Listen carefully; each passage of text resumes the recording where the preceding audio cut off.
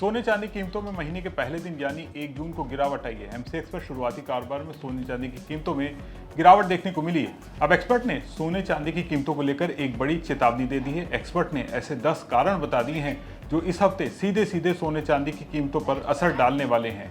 आज सोना चांदी के इस खास शो में हम आपको इसी के बारे में बताने जा रहे हैं। नमस्कार, मैं सौरभ दीक्षित और आप देख रहे हैं विस्तक। शुरुआत करते हैं सोने चांदी की आज की कीमतों से। मल्टी कमोडिटी एक्सचेंज यानी एमसीएक्स पर आज सुबह शुरुआती कारोबार में सोने की कीमत में 1500 रुपए से ज्यादा की गिरावट देखने को मिली, जबकि चांदी का रेट भी करीब इतना ही कम हुआ है। कच्चे तेल की कीमतों में तेजी के कारण सोने और चांदी में गिरावट आई है। एमसीएक्स पर 5 अगस्त की डिलीवरी वाला सोना आज 1,60,193 रुपए पर खुला। शुरुआती कारोबार में 1561 रुपए की गिरावट के साथ 1,59,350 रुपए पर ट्रेड कर रहा था। वहीं 3 जुलाई की डिलीवरी वाली चांदी आज 2,68,093 रुपए पर खुली। शुरुआती कारोबार में 1,485 रुपए तक की गिरावट के साथ 2,65,513 रुपए पर ट्रेड करती हुई नजर आई।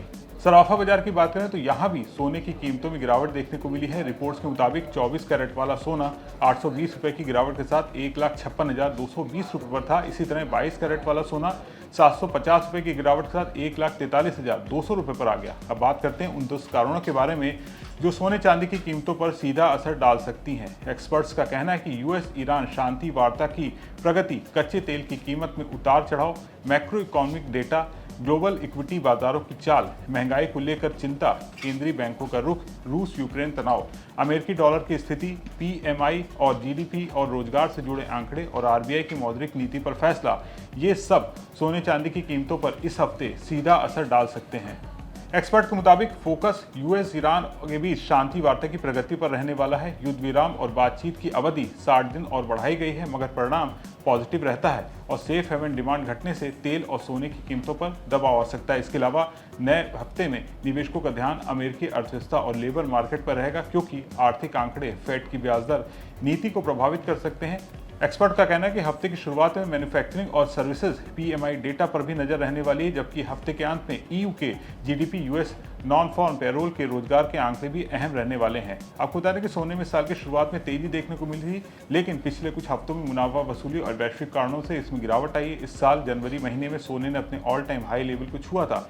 इसके बाद से सोने की कीमतों में गिरावट देखने को मिली है। मौजूदा वक्त में सोना अपने ऑल टाइम हाई लेवल से करीब 20,000 रुपये सस्ता हो चुका है।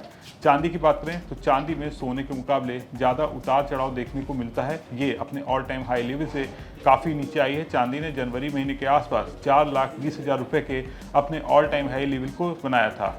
कुल मिलाकर सोने चांदी की कीमतों में लगातार उतार चढ़ाव बना हुआ है। ग्लोबल मार्केट में हलचल का कीमतों पर सीधा सीधा असर देखने को मिल रहा है। अब एक्सपर्ट का कहना है कि आने वाले वक्त में ये कई कारण सोने चांदी की कीमतों पर सीधा असर डाल सकते हैं, लेकिन ध्यान रहे ये खबर हमने सिर्फ आपकी जानकारी के लिए तैयार की है। हम आपको कहीं पर भी निवेश करने या नहीं करने के बारे में कोई सलाह नहीं दे रहे हैं। आप कहीं पर भी निवेश करने से पहले एक बार अपने वित्तीय सलाहकार से बात जरूर कर लें।